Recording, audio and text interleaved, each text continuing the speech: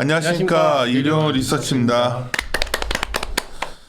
이게 지금 언제부터 시작했는지 내가 가물가물해요. 이리온. 한 4, 5년 된 것 같은데요. 뭐 4, 5년이야. 유튜브가 4, 5년인데. 그전 팟빵부터 저는 팟빵부터 생각해갖고 팟빵부터 하면 한 5, 6, 7년 되지 아니냐? 4, 5년인가? 모르겠어. 4, 5년이나 보다 내가 헷갈리니까. 그만큼 너무 나이브해진 거 아니냐 생각이 드는데 하여튼 다음 주가 되면 거의 다들 휴가 가고 하니까 오늘이 실제로 올해 이리온 그 마지막 방송이고 아마 내년에 시작을 해야 되는데 굳이 마지막 방송에 두 분 자료도 오늘 안 내셨는데 부른 이유는 올해 가장 중요했던 게 뭐 작년 이맘때를 생각해 보시면 굉장히 큰 기대로 시작했었고 그리고 그 기대의 중심에는 삼성전자가 있었는데 사실 올해로 보면 연간으로 보면 그저 그랬지만 또 작년 이맘때쯤처럼 다시 이렇게 기대가 높아지는 시기가 될 것 같아요. 근데 올해 11월까지는 나름 우리가 잘 시장을 쫓아왔다 생각했는데 뭐 12월에 우리가 놓친 게 되게 많았던 거 아니냐. 어쩌면 12월에 IT가 좀 더 적게 좀 치고 나갈 거에 대해서도 좀 더 우리가 더 디테일하게 해야 되지 않나 생각 들고 또 일부에서는 너희들이 너무 고집 피우는 거 아니냐 이런 말도 들으면 사실 우리끼리 모여서 맨날 야 이거 뭐가 우리가 잘못 봤나 맨날 하던 얘기인데 뭐 그런 얘기를 오늘 좀 편하게 해서 우리가 이런 고민을 안고 있고 또 아마 연초에 그래서 우리 생각보다 훨씬 강한 장이 왔을 때 우리가 어떻게 해야 될지 이런 것들도 한번 좀 시나리오를 한번 짜보는 시간 같아요. 그래서 먼저 신주 같은 경우 올해 시장은 또 복귀 중 어땠는지 한번 쭉 한번 생각나는 대로 뭐 준비도 안 한 상태에서 하려니까 좀 당황하겠지만 예. 올해는 사실 지난해 12월부터 1월 초까지가 거의 그러니까 올해 1월 첫 주만 거의 10% 올랐어요. 그렇지. 네, 1월 첫 주만 10% 오르고 그리고는 그 지수를 못 벗어난 게 올해였습니다. 올해 장이 그렇게 좋았던 장은 아니었다라고 자평을 하고요. 그리고 1월 초에 그 일주일 사이에 10% 오르니까 지금 드는 생각도 우리가 양도세 끝나고 1월 초가 됐을 때 또 그렇게 팍팍팍 올라버리면 어떻게 되냐라는 생각도 있죠. 그런 생각들도 갖고 계시는 것 같은데 뭐 그럴 수도 있지만 어쨌든 복귀를 하는 입장에서는 1월 초에 일주일 오르고 사실은 연간으로는 그 오른 거를 계속 옥신각신하면서 왔다 갔다 하는 장이었다라는 거고 상반기하고 하반기로 나눠서 보면 상반기 때는 사실상 개인들이 거의 뭐 개인들의 수급장이었죠. 개인들의 그렇죠. 수급장이었고 기본적으로 정확한 금액은 생각이 나지는 않는데 한 40조에서 50조 산 것 같아요. 40조에서 50조 산 것 같고 외국인은 계속 팔았고 기본적으로 그래서 막 3,300까지 갔었던 장이었는데 뭐 주도주는 아시겠지만 사실상 금융주하고 이제 시크릿컬 중에는 이제 뭐 소재 업종들 이런 것들이 상당히 한 강세를 보였고 뭐 리오프닝 조금 이제 있었는 상황이었는데 메타버스 이런 게 더 화려하지 않아요? 메타버스는 사실상 언제부터 화려했었냐면 2010 그 10월 중순, 11월 맞아. 중순에 그때 굉장히 화려했습니다. 왜냐하면 그러니까 그 상반기 하반기하고 뚜렷하게 달라진 게 이제 하반기부터는 어떤 현상이 벌어졌냐면 수출 금액이 괜찮았음에도 불구하고 수출 증가율이 하락하다 보니까 의외로 대형주가 잘 못 가는 장이 그러니까 은근히 빠져서 그렇게 느끼시겠지만 사실상은 6월, 7월부터는 지금 대형주가 계속 내려온 장이었잖아요. 그러니까 최근에 반도체가 한 11월 중순부터 도니까 대형주 왔다라는 콜을 하시는 분들도 있는데 어쨌든 하반기에 대형주가 좀 부진했었고 그 과정에서 실적 10월부터 3분기 실적이 나왔을 때 상당한 피크아웃 논란이 이제 지속이 됐을 때 이제 메타버스라든지 NFT가 위믹스가 주가가 코인이 올라가면서 위메이드 주가가 이제 NFT 붙으면 시장이 다 달라붙는 그런 장이었다가 11월 중순부터는 삼성전자 하이닉스가 뭐 하이닉스 9만 원, 뭐 10만 원 깨졌을 때부터 올라오는 그런 장이 지금까지 됐는데, 그러니까 결론을 말씀드리자면 작년처럼 올해 초에도 그렇게 강한 장이 나올까라는 거에서는 뭐 아무도 모르지만 조건을 걸어서 생각을 해보면 첫 번째는 지난해 말에서 올해 넘어올 때는 실적이 상향 조정되는 구간이었고 매출액이 늘어나는 구간이었다라는 거고 소위 말해서 이 어닝이나 이런 게 올라갈 때 미래에 대한 얘기들, 뭐 애플카라든지 삼성전자 파운드리라든지 굉장히 5년에서 10년 정도 있어야 되는 얘기들도 끌어올 수 있을 만한 그런 기대치가 있었고 그걸 끌어올 수 있을 만한 금리가 낮은 수준이었다라는 거죠. 금리를 올린다라는 얘기가 나오지 않은 수준이었고 더불어서 이제 중국 같은 경우에도 그때 당시에는 뭐 긴축이라는 얘기가 전혀 없을 때였기 때문에 그리고 개인들도 2020년 하반기에 들어서 시장이 올라오다 보니까 이제 싸들고 들어오는 신규 유입 그 금액이 많은 사이클이 이제 올해 초였는데 올해 말에서 내년 넘어갈 때는 일단 한국은행이 금리를 올린 상태고 중국도 지준율을 내리고는 있지만 여전히 또 경기 하방 리스크가 높고 실적도 하향 조정되는 이전 과정이 있기 때문에 올해 초가 작년 초처럼 강한 어떤 랠리를 그러니까 내년 초가 올해 초처럼 강한 랠리를 보일까는 저는 조금 조건에서는 좀 다른 것 같다라는 거고요. 만약 가능하다면 이런 건 있는 것 같아요. 28일까지인가요? 그때까지 이제 그 양도세 회피 물량에 나올 가능성이 높기 때문에 그 이후에 29, 30 양일간 그리고 1월 초에는 이제 중소형주 쪽으로는 어쩌면 시장의 어떤 수급이 좀 뭐 소위 말해서 붙을 수도 있다. 데이터를 제가 어저께 이렇게 그려봤던 게 뭐냐면은 항상 하도 이럴 거야 하니까 데이터를 그려봤어요. 그래서 금융위기 이후에도 한 12번 정도 있었지 않습니까? 1월이.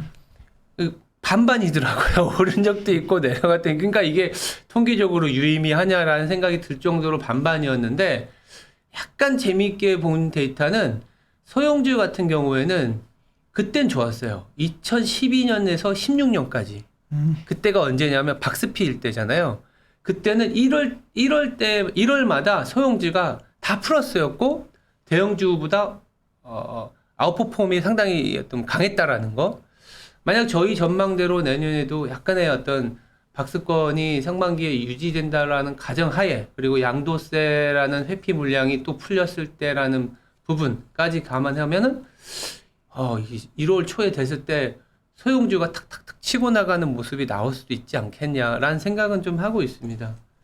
그런 정도의 약간의 복귀를 말씀드리고요. 가장 큰 차이는 뭐냐 하면 결국 연준이에요. 저는 그냥 앞에 있는 내용은 두서없이 말씀드렸는데 연준이 지금 고삐를 유동성을 풀어주는 상황이냐 아니면 유동성을 좀 회수하려는 느낌이 있느냐라고 했을 때는 유동성을 회수하려는 느낌이 있지 않느냐라는 거고 그리고 실질금리를 계속 마이너스로 유지시켜 주려는 의지가 있느냐 지금 실질금리가 올라가고 있느냐 그러면 지금 실질금리가 올라가고 있거든요. 그래서 미국의 실질금리가 올라가다 보니까 달러가 잘 안 빠지고 있다라는 거죠. 그래서 저는 기본적으로는 작년 말에서 올해 초 그리고 올해 말에서 내년 초에 가장 큰 차이점은 연준이고 달러와의 어떤 포지션 때문에 그렇다라는 얘기를 드리고 있습니다. 뭐 몇 가지 물어보고 싶은 거 있는 건 좀 이따가 네. 같이 얘기하면서 하고 저희 IT 반도체 네. 오늘 올해 화두였는데 그건 어떻게 복귀 좀 해보시죠. 올해 한 해 이제 돌아보면 1월 달에 거의 고점 찍고 대부분의 IT 업체들이 다 그랬던 것 같아요. 계속 이제 11월까지 이제 주가가 지지부진하다가 12월에 최근에 상승을 하고 있는데 상반기에 특이했던 점, 그러니까 상반기에 하반기를 올해 하반기 또는 내년을 바라봤을 때 이제 시장 전망이 어떻게 됐었냐면 일단 이제 이익적인 측면은 3분기까지는 계속 올라왔죠. 두 번째 그 코로나 사태에 대한 전망이 좀 많이 달랐던 것 같아요. 이제 올해 상반기에는 올해 하반기에는 이제 코로나 사태가 많이 완화가 되면서 사람들이 외부로도 활동을 많이 하고 다시 재택근무나 원격 교육이나 이런 부분들이 줄어들면서 수요가 약해지지 않겠냐라고 이제 전망을 했는데 지금 상황에서는 이제 코로나가 다시 이제 오미크론 때문에 확산되고 있는 상황이잖아요. 그리고 3분기 말 4분기 들어서면서 예상보다 기업용 그 PC 수요가 양호하면서 이런 부분들이 이제 내년에 대한 수요에 대한 전망을 할 때 지금은 좀 긍정적으로 좀 전환된 게 아니냐 이렇게 볼 수 있을 것 같아요. 반도체 업종뿐만 아니라 뭐 대부분의 테크 업종들은 이제 가격 변화에 상당히 좀 민감한데 이제 올해 11월 달까지 이제 반도체 현물가들은 계속 하락세를 나타내 왔어요. 이제 최근에 현물가 흐름들은 이제 안정화되거나 소폭 이제 반등을 한 상태입니다.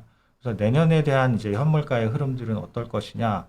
일단 이제 내년 1분기에 고정 가격은 하락할 것 같아요. 이제 8에서 9% 이제 뭐 트렌드포스 같은 경우는 8에서 13% 하락할 거야라고 디램 같은 경우 그리고 낸드는 10% 이상 하락할 거야라고 이제 얘기를 하고 있고 이게 어느 정도 컨센서스인 것 같습니다. 근데 이제 원래는 이제 올해 한 2분기에서 3분기 올 때 내년 1분기 디램 가격이 10% 이상 하락할 거야라는 건데 특히 서버가 지금 이제 현업에 이제 관계자들과 이제 얘기를 해보면 한 8에서 9% 정도는 하락할 거야라는 게 이제 컨센서스가 된 것 같아요.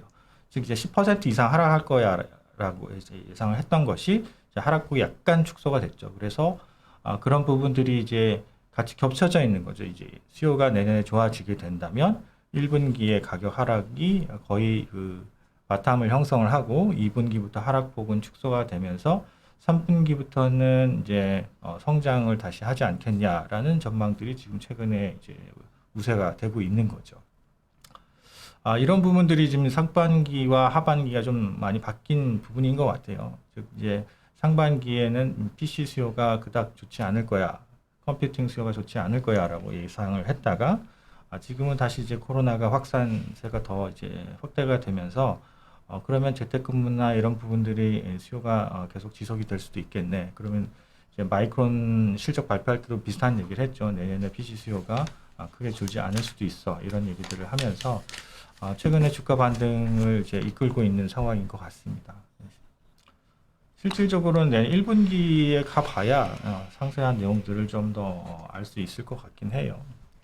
지금 어쩌면 이제 하나하나 우리가 좀 뭐 놓친 부분들 얘기를 해야 될 것 같은데 우리는 원래 한 2분기까지도 이게 좀 안 좋을 거로 봤는데 그러면 1분기 정도에 마무리된다면 보통 주식은 선행성이 있다면 치고 올라오는 게 어쩌면 리즈너블한 거고 네. 그다음에 보통 그렇게 되면 3분기 정도에 좋아지는 가격이 올라갈 때 되면 오히려 주가는 주춤해지는 네. 그런 시나리오도 가능해지는 거 아니에요?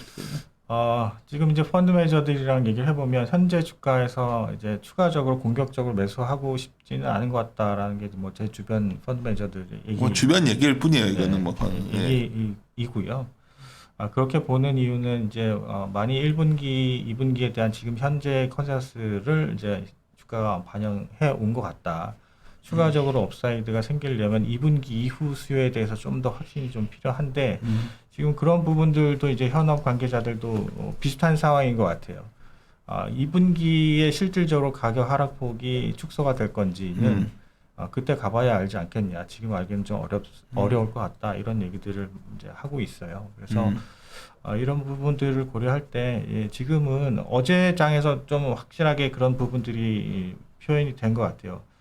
삼성전자 하이닉스가 주가 상승을 계속 이어나가기보다는 오히려 그 밑에 있는 중소형주들이 탄력적으로 상승을 했잖아요.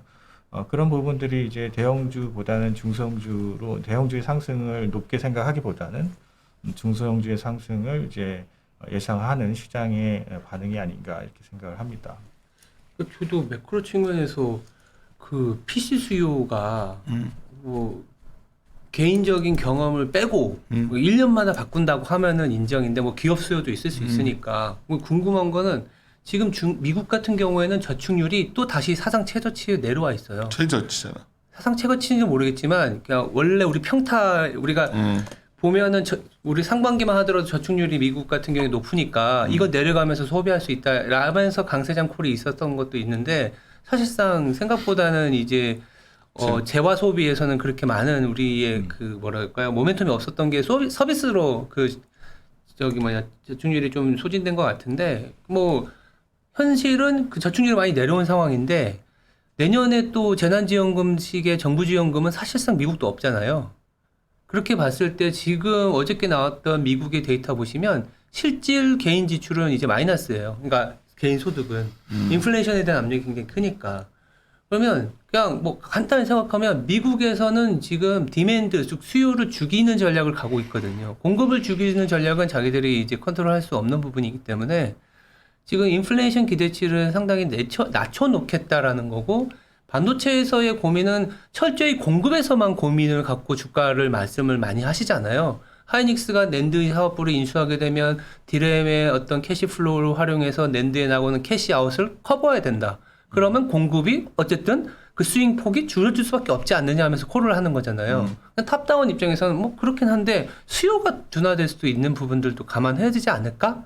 저도 이런 고민이 있는데 어제 미국 보니까 마이크론은 상당히 많이 올랐지만 사실상 미국 같은 경우에도 내년에 소비가 가장 강할까라는 퀘스천이 일단 들었던 것 같고, 저는 두 번째는 그렇다면 다른 데서 수요가 나와줘야 되는데 중국 같은 경우에는 사실상 저도 이제 계속 말씀드리지만 지준율을 내리는 사이클에서는 중국이 소비가 있는 사이클이 아니다라는 얘기를 드리거든요. 지준율이 더 이상 내려가지 않을 때, 즉 연준의 어떤 그 긴축의 행보가 좀 더뎌지거나 오히려 긴축 한번 하고 나서 좀 기다려줄 때 드디어 그때는 이머징 콜이 가능한 사이클인데 지금 그것도 아니고, 유럽 같은 경우에는 실질적으로 뭐 지금 아시겠지만 러시아가 가스 한번 잠갔다고 지금 뭐 인플레이션 압력이 너무 컸기 때문에 소비 여력이 상당히 떨어져 있거든요. 그래서 이런 것들을 감안하면 저는 수요와 공급에서 공급만 가격을 생각했다면은 내년 초나 상반기 내내 수요단에 대한 고민이 여전히 깊지 네, 이거는 않을까. 우리가 기존 생각이었고, 네. 근데 지금 시장에서의 기대는 수요단이 생각보다 괜찮아질 거라는 생각을 하는 것 같고, 두 번째는 뭐 남대정 의원한테 얘기하는 건데, 전자를 왜 자꾸 이 메모리 쪽만 보냐, 파운더리 쪽 좋아지고 있고, 뭐 M&A 할 수도 있고, 뭐 이렇게 이 변화는 왜? 그 얘기는 뭐 몇 년 됐잖아요. 계속 몇년 나오던 됐는데. 얘기인데 그게 크게 주가에 미치기보다는 제가 볼 땐 주가의 상승하기가 그래도 높은 것은 이제 매출이 얼마나 증가하느냐, 거기에 따른 이익 개선이 얼마나 되느냐가 이제 상당히 크게 이제 작용을 한다라고 저는 생각을 해요.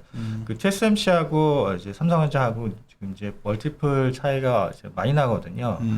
이제 그 많이 나는 이유는 제가 볼 때 그 TSMC는 과거 2년 동안 매출액이 급격하게 성장을 했어요.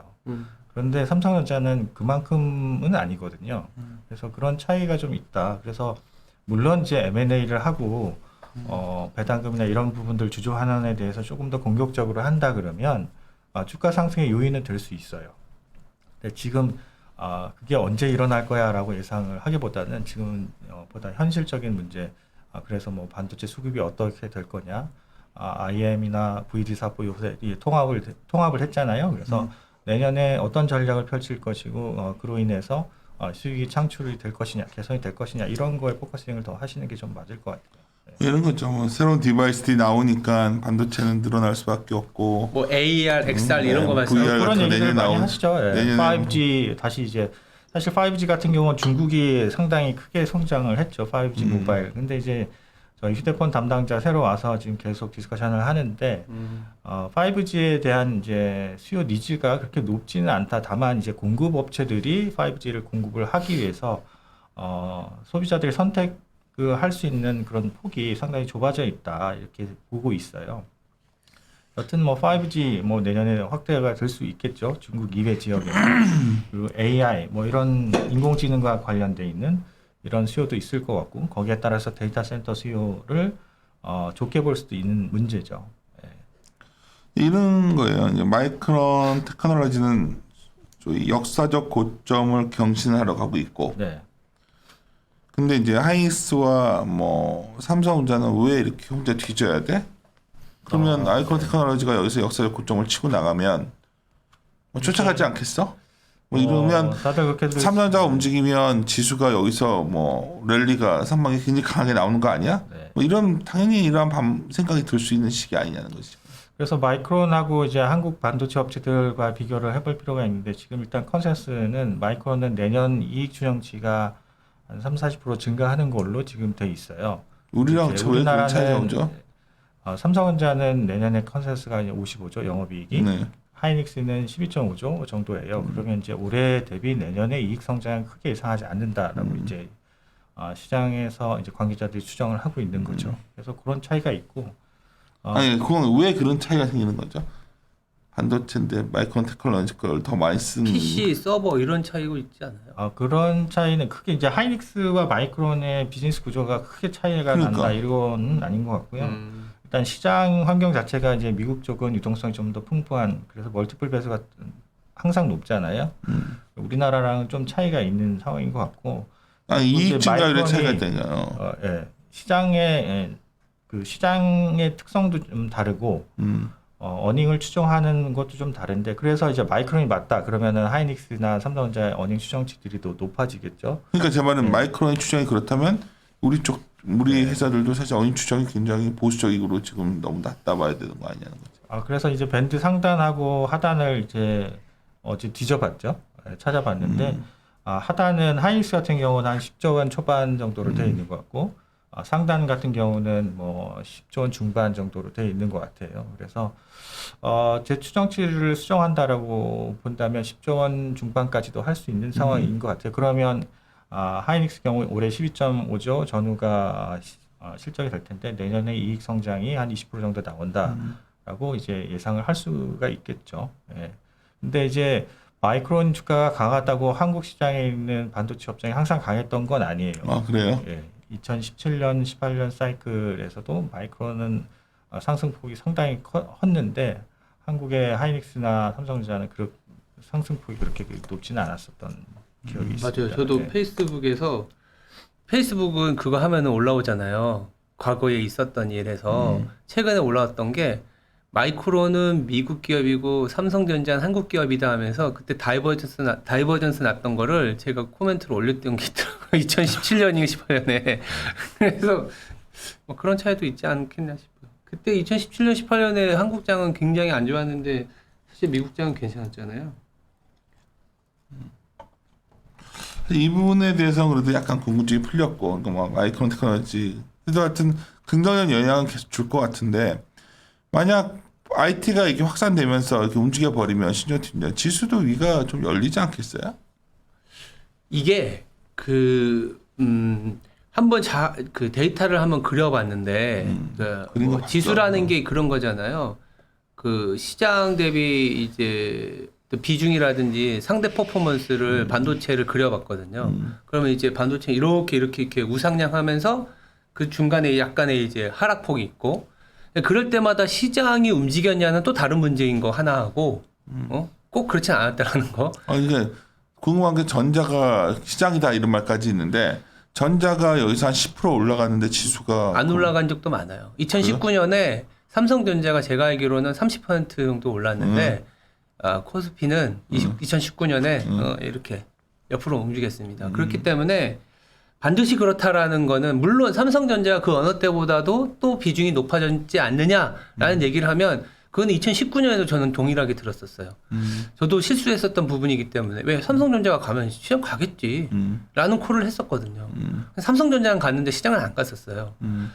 그만큼 다른 기업들이 상당히 좀 하락폭이 컸었다라는 어떤 아주 차별화되는 장이었다라고 보면은 꼭 내년에도 그렇게 되겠냐라는 퀘션이 있지만 그냥 결론적으로 그러니까 이제 데이터로만 보면 삼성전자 하이닉스 간다고 시장이 따라 붙은다 이건 아닐 수도 있다라는 거고 맞을 수도 있지만 두 번째는 경기가 피크아웃하고 내려가서 침체기에서 회복될 때 있잖아요.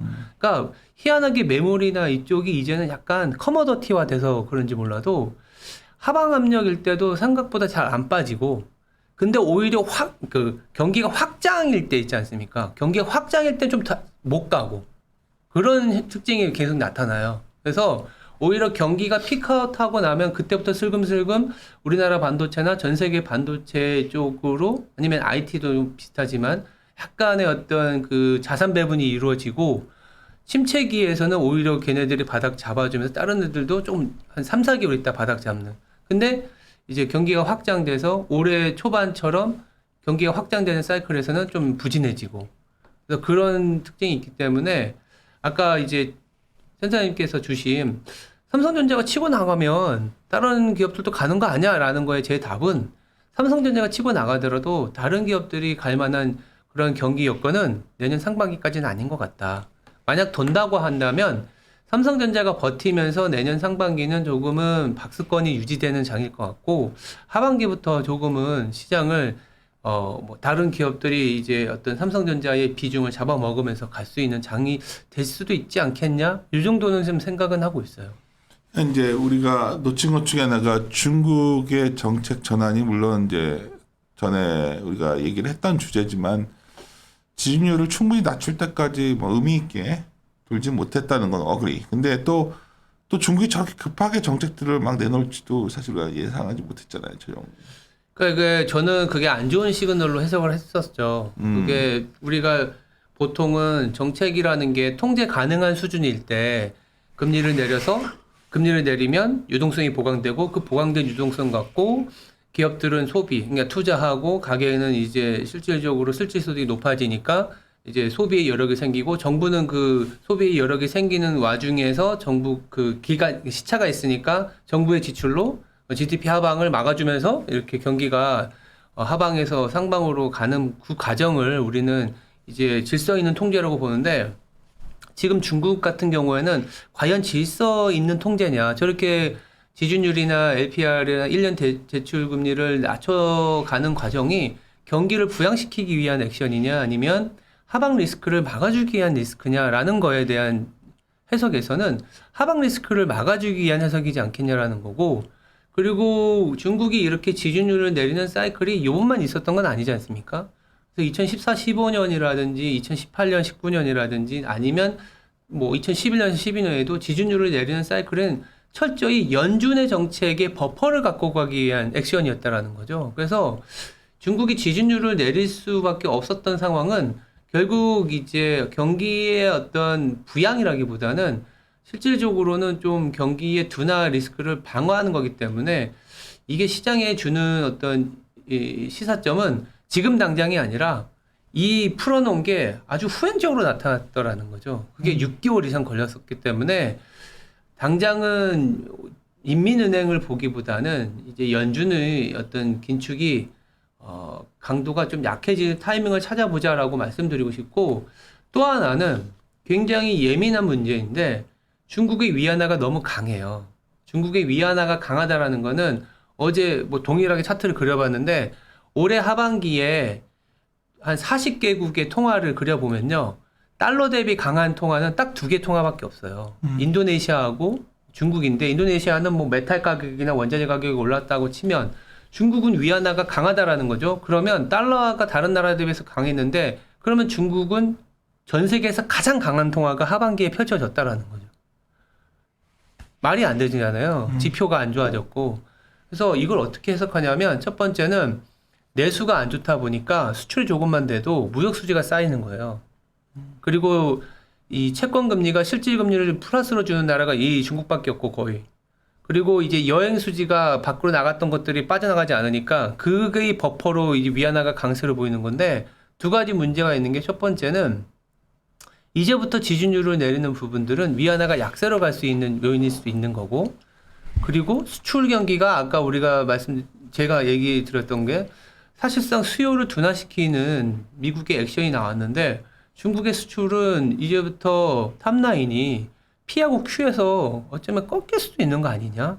이런 고민이 있다 보니까 만약에 니네가 고집이냐 신념이냐라고 했을 땐 신념에 가깝게 얘기를 하는 거는 중국의 문제가 상반기에 조금은 불거지고 나서 시장을 바라봐야 되지 않겠냐라는 얘기를 드리는 거죠. 그래서 중국이 수출도 위안화가 너무 강하다라는 거랑 더불어서 이제 아직 액션이 나오지 않은 연준의 스탠스를 뭐 시장에서 다 프라이싱 했다고 조금 보기에는 좀 이른 감이 있다라는 얘기를 좀 드리고 싶은 거죠. 저는. 근데 일부 글로벌 라이브에서는 중국이 할 때 올해 증시가 아주 죽을 썼잖아요. 글로벌에서 가자.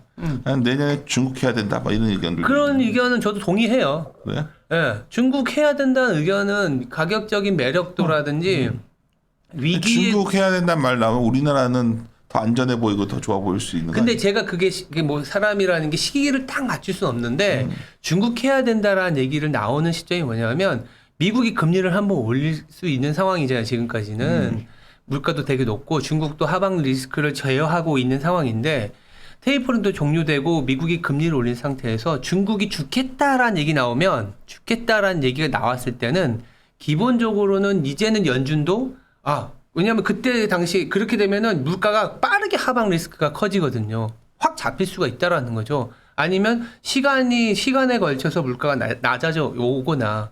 그래서 연준이 조금 기다려주는 사이클이 오면 그럼 이제 중국이 죽겠다라는 것보다는 이 정도 가격이면 그리고 자금 유출 압박도 생각보다 크진 않을 수 있겠네. 요런 콜이 가능하다 보니까 그건 저는 빠르면 3월. 왜? 빠르면 3월 얘기 드리는 게 연준이 그때 금리 올리면 늦으면 6월. 왜? 그때 연준이 금리 올리는 그러니까 언제 첫째 금리를 올리느냐가 저는 중국을 사는 콜이 될 수 있는 시점이라고 보고 있어요. 그때 한국도 그때 사야 되지 않겠냐라는 얘기를 드릴 수밖에 없는 거죠. 근데 뭐 글로벌 빅펀드들은 한두 달 만에 원하는 물량을 살 수 없으니까 그렇죠. 미리 사는 움직임들이 좀 있지 않나. 최근에 한국 수급들을 보면 외국인들이 한 달에 한 현선물 합쳐서 한 5조 원 넘게 산 거 같더라고요, 보니까.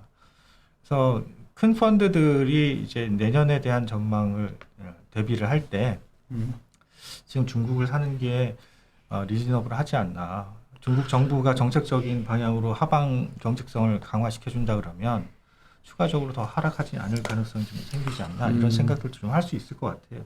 내년 하반기 가면 장이 좋아지겠네, 전반적으로. 저는 그렇게 생각하거든요. 빠르면 내년 하반기, 늦으면 2023년에서 2024년 한 5년까지 한 3년 정도는 강세장을 보고는 있어요. 왜 그러냐면은 기본적으로 우리가 갖고 가는 기본적인 스탠스는 성장이라는 거로만 봤었는데 그게 아니라 내년 하반기 가면 또다시 디플레이션 압력이 커질 수 있다라고 저는 생각을 하고 있고 디플레이션 압력이 커지는 거는 결국 전체 인구라는 게 고령화라든지 여러 가지 그 부채도 높다 보니까 금리 한번 올리고 나면 한 번, 두 번 올리면 더 이상 못 올릴 것 같아요. 미국이? 네. 그러면 어떤 현상에 맞춰지느냐? 이게 뭐 아이디어로 이제 쌓고 있는 건데 항상 보면 이게 부채를 굉장히 늘리고 그리고 금리를 굉장히 많이 풀지고 나서 비슷한 얘기가 예를 들어서 2차 세계대전 끝났을 때 있지 않습니까? 그러면 그때 부채가 굉장히 많은 사이클에서 부채를 줄이는 과정에서는 일정 부분 경기도 하방 리스크가 커지고 주가도 많이 하락을 하긴 하는데 그 위에 어떻게 되냐면 그 부채를 늘리는 사이클에 항상 뭔가 파괴적인 혁신이나 아이디어들이 많이 나오거든요. 근데 그게 뒤늦게 금리를 못 올릴 때 발현을 하거나 실제화돼 있는데 저는 그게 2023년, 2024년이지 않겠냐 이런 얘기를 합니다. 물론 이제 일부 하우스에서는 이제 그거 보면서 지금부터 계속 보고해야 되는 거 아니냐 이런 얘기를 하지만 저는 어떤 부분이 뭐냐면 그런 어떤 파괴적인 기술에 대한 걸로 생산성을 가져가는 사이클이 올 텐데 근데 그 이전에 어떤 정책적인 믹스가 변하는 과정에서 주가의 변동성이 굉장히 큰 사이클이 항상 있어 왔기 때문에 그거는 감안하고 시장을 보자라는 게 2021년과 2022년이거든요. 통상적으로 뭐 10% 내의 조정은 뭐 시장에 올라가는 길에 별거 아닐 수 있는데 10% 조정이 아닐 수도 있잖아요. 그렇지 않았을 때는 상당히 시장은 충격을 받죠. 그러니까 미국이 10% 조정 얘기는 지금 슬슬 월가에서도 나오더라고요. 그 정도는 감내할 수 있죠. 근데 미국 10% 조정이면 한국은 더 많이 조정을 받기 때문에 15%에서 20% 조정받는데 물론 지나고 보면 그 과정에서 상당히 많은 기회가 있었다라는 거 저희도 인정은 하지만 그러니까 지금 많이 개인들이 매수 물량이 많이 빠졌는데 3,300에서 너무 많은 자기의 리소스를 투여한 상황에서 그 정도의 조정이 오게 되면 지금도 여전히 사실은 그 신용잔고라는 게 굉장히 많잖아요. 그러니까 내심 또 돈을 보시는 분들은 그거 털리면 나 간다 뭐 이렇게 보시는 분들도 있잖아요. 근데 이제 지금 이거 시청하시는 분들은 상황이 유리하지 않을 때는 좀 발을 빼는 것도 방법이지 않겠냐라는 식으로 얘기를 사실 이제 올해 이제 그런 전략을 취해 왔었는데 네. 오늘은 그런 날이에요. 훨씬 단호하게 우리가 무슨 뭐 예측이라는 게 꼭 우리가 이짐수로 보면 안 된다는 게 내 지론인데 이짐수는 뭐냐면 오른다 내린다 뭐 좋다 나쁘다 뭐 이런 거는 없거든요. 근데 이제 그래도 전반적인 우리의 톤은 야 뭐 올해 별 볼일 없어 이거였거든요.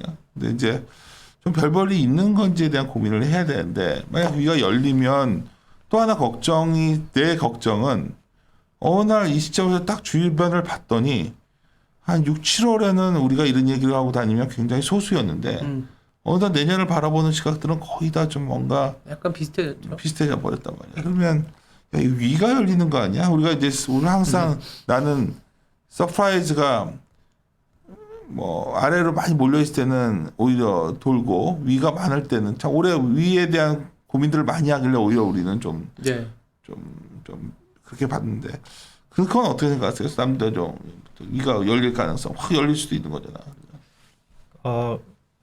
내년에 뭐 전체 시장에 대한 이익 추정치가 올라가느냐 이런 측면에서는 아직은 좀 그런 측면은 아닌 것 같아요. 나도 그런 생각을 네. 하다가도 이 추정치나 뭐 이런 걸 보면 아닌 것 같고. 네, 삼성전자 하이닉스 추정치를 이제 긍정적으로 생각을 해서 상단이나 뭐 컨센서스 수준을 적용을 한다고 해도 내년에 1월 달에 신규 상장하는 LG 에너지 솔루션 뭐 이런 것들이 신규로 이제 들어오면 시가총액이 더 커지잖아요. 근데 어닝 추정치가 분명히 그렇게 높지는 않을 거거든요. 그러니까 이런 부분들에 대해서 좀 더 고민들을 해야 될 것 같긴 하고 만약 내년 2분기에 반도체 관련된 이제 테크 수요가 좋지 않다 그러면은 내년 하반기에 대한 이익 전망치도 다시 조정이 될 수도 있을 문제인 것 같아요. 또 하나 이게 궁금한 건 미국에 있는 이제 일부 펀드 매니저들이나 이코노미스트들은 내년에 금리 인상을 1.7에서 2.0까지도 바라보는 사람들이 있다라고. 내후년까지 보면 2.2%대요 다. 네. 네, 그래서 그런 부분들을 고려하면 실질적으로 이제 수요가 내년 하반기에 좋을 수 있을까? 빠르게 3월달에 금리 인상을 시작한다라고 하면 2분기부터는 그런 변화의 움직임들이 좀 나타나지 않을까 이런 생각들도 좀 같이 하게 됩니다. 네. 그러니까 금리 인상을 너무 당연시하게 바라보는 거를 경계하고 있어요, 저도. 말은 이제 한두 번 올리고 나면 못 올린다라는 얘기의 기전은 시장이 죽을 것 같으니까 못 올리는 사이클로 간다라는 거가 깔려 있는 거거든요. 근데 우리가 2000년대라든지 이런 게 그거는 이제 빼고 봐야 되는 거고, 왜냐하면 전 세계가 아주 달라진 상황을 우리가 맞닥뜨린 게 벌써 15년이기 때문에. 근데 이제 금리 한 번 올리고 두 번 올리는 거가 뭐 대수냐라고 하셨지만 금융위기 이후 금리를 올렸을 때 시장은 상당히 좀 힘들었었던 사이클이었기 때문에 그걸 잘 아니 이게 근데 과거 보면 금리 사이클 보면 나는 심플하게 생각해요. 금리 올리다가 더 올리게 되면 주가가 떴거든. 그리고 지금 정책력이 없기 때문에 야 오늘 잠깐 소리 내서 죄송합니다.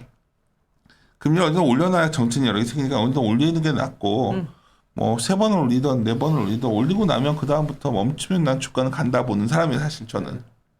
맞아요. 저도 비슷한 생각이에요. 근데 그 시기가 올해 내년에 쉽게 나오겠다는 생각을 하고 있거든 나도. 3번 이상. 그래서 빠르면 내년 하반기인데 저는 내후년까지 2023년을 보고 있는 점도표 거예요. 보니까 하여튼 2023년까지 한 6번 그러니까 6번 정도. 그러니까 이제 그 점도표상은 저는 물론 이제 그렇게 올릴 수 있지만 저가 해석하는 거는 점도표는 시장에 주는 시그널이잖아요. 우리가 이렇게 그러니까 뭐냐면 뭐 말이 좀 어렵다기보다 무슨 말이야 하셨지만 그 시그널을 통해서 너희들의 시장의 기대 인플레이션 알아서 컨트롤해. 그러니까 처음부터 만약에 우리가 시그널을 줄 때 내가 긴축을 하는 사람인데 2023년까지 한 뭐 이 정도 올릴 거야 하면 에이 별거 안 올리잖아 이렇게 생각할 수도 있잖아요. 근데 생각보다 시장이 기대 이상의 어떤 액션을 취해줘야 이거 기대 인플레이션 확 잡힐 수도 있겠네 라는 액션이 나올 수 있고 그럼 실질적으로는 6번 올린다는 얘기는 했지만 6번 올림으로써 가져오는 물가의 컨트롤을 한 2-3번으로도 할 수 있는 게 사실은 정책이잖아요. 그러니까 내가 실제로 정부 입장에서도 한 10조 원을 써야 뭔가 사업이 되는 거가 우리가 10조 원 쓸 테니까 하면은 알아서 이렇게 움직이면 실질적으로는 그냥 커뮤니케이션 전략으로만 뭐 액션이 취해지면 손 안 대고 코 풀 수도 있는 상황이 펼쳐질 수 있으니까 저는 그 정도의 시그널을 일단은 보는데 중요한 거는 지금 연준은 그렇게 나오면서 어떻게든 상당히 높은 기대 인플레이션 잡겠다라고 나온 거니까 그거는 이제 좀 보고 가자라는 거죠. 그리고 그게 내려온 상황에서 정책을 쓸 수 있는 거. 만약에 정치적으로 생각하면 이런 것도 있죠. 바이든 입장에서도 내년에 중간선거 있잖아요. 중간선거가 내년 10월에 있는데 뭔가 정책을 쓰면서 경기가 괜찮아지는 걸 보여줘야 되는 상황도 있지 않습니까? 그림을 그리자면 연준 입장에서 물가를 확 잡아놔야 뭔가, 왜냐하면 조맨친이 또 이게 반려했었던 게 이렇게 인플레가 높은 상황에서 또 무슨 인플레 유발 정책을 쓰느냐 이거거든요. 그렇다면은 인플레가 상당히 빠른 시일 내에 잡혀놔야 그 정책을 쓰고 또 중간선거 때 표를 얻어올 수 있는 이런 또 아이디어도 있는데, 뭐 여러모로 어쨌든 연준 입장에서는 지금 빨리 물가를 빨리 컨트롤 해놔야 성장을 위한 다시 어떤 힘을 낼 수 있는 상황이 온다, 이렇게 보는 거죠. 그래요. 어차피 이 얘기를 뭐 여기서 하루 종일 얘기도 할 수 있는 건데 뭐 결론 이렇게 하면 어떨까요? 우리가 이제 올해 우리와 같이 함께 고민해온 주리 오너, 1위 오너분들이 많이 있으니까 실제 저희가 그날이었던 것 같아요. 하인스가 PBR로 상당히 싸졌을 때부터 네. 뭔가 역시 밸류에이션 쌀 때는 사는 게 맞는구나. 그렇죠. 저희가 놓쳤던 첫 번째. 그건 있는 것 예. 같아요. 하인스가 저번에 9만 원대 왔을 때는 사야 되는데 우리가 그때 콜을 못한 부분은 놓친 부분인 것 같고, 이외에 여러 가지 조건이 변하면서 IT 쪽이 상대적인 강세로 가는 것도 우리가 좀 놓쳤던 것 같아요. 근데 이게 이제 위로 얼마나 여냐 문제는 저희가 아직 고민을 하고 있지만, 여하튼 연말 연초는 이쪽이 상당히 견고할 것 같다는 생각을 갖고 있고요. 그 부분 놓칠 것. 두 번째는 결국 시장 전체에 대해서도 우리는 이익 전망치가 좀 기대 수준이 내려와야 된다고 봤는데, 이쪽들이 기대 수준이 잘 안 내려올 수 있는 상황이 됐다는 게 우리가 좀 고민이 커지는 부분이에요. 그러면 그러면 정말 내년에 이런 거 생각을 하는 거죠. 아까 마이크론 테크놀로지 얘기도 했지만 마이크론 테크놀로지는 저렇게 좋아진다고 하는데 어쩌면 우리의 전망치가 상당히 보수적일 수도 있다는 생각들도 반문을 할 수 있는, 우리가 놓친 부분, 그런 반문을 할 수 있다는 걸 놓친 거죠. 하지만 전체적으로 시장을 놓고 본다면 여전히 이게 내년에 기대치는 높다고, 그거는 변함없어요. 왜냐하면 너무 높으니까. 근데 그 중에서 이제 섹터들별로 좀 차이가 있다는 걸 좀 놓친 것 같고, 결론적으로 말씀드리고 싶은 거는 연말 연초장이 우리가 12월 장과 1월 장에 대해서 좀 더 지나치게 좀 보수적이었구나 하는 좀 저는 그런 좀 우리의 어떤 착오 그런 부분들이 있었다는 거를 말씀드리고, 근데 이제 전체적인 뷰의 변경 여부는 좀 더 고민해 봅시다. 근데 이제 작년에 이제 기억날지 모르시겠지만 1월에 전자 랠리 나올 때 이제 더 저희가 좀 굉장히 힘들었지만 2, 3월에 굉장히 일관되게 여기서는 줄이는 구간이다라는 말씀을 드려왔었는데, 물론 여기서 지수가 더 올라갔죠. 우리가 무슨 지수를 어떻게 정확히 맞춥니까? 근데 그 모든 것을 결정하는 기준은 결국은 이익이 얼마나 늘어나는가와 결국은 우리가 멀티플을 올릴 수 있는 요인이 발생했는가, 이 두 가지인데 두 개 다 자신이 아직 없어요. 솔직히 나도 아직. 하지만 오늘 아마 이후에 우리 크리스마스인데 뭐 크리스마스 선물이 좀 올 것 같은 느낌도 있어서, 그러니까 그런 걸 감안한다면 좀 이런 부분을 더 고민해서 우리가 좀 다음 주 쉬니까 연초에는 좀 우리들 의견을 좀 정리해야 되지 않을까. 뭐 틀린 게 있다면 저희가 수정하고 고쳐야죠. 뭐 시장을 맞설 수는 없으니까. 네. 그러니까 하여튼 3,000 회복되고 3,000원짜리가 8만 원 회복되는 순간일 것 같은데, 여기서 얼마나 위를 여느냐에 대한 이제 또 이제 싸움이 시작될 것 같아요. 근데 이 부분에 대해서 좀 더 1월 초에는 우리가 답변을 드릴 수 있도록 하여튼 좀 더 고민합시다. 이 정도 정리할까요? 네. 네. 네.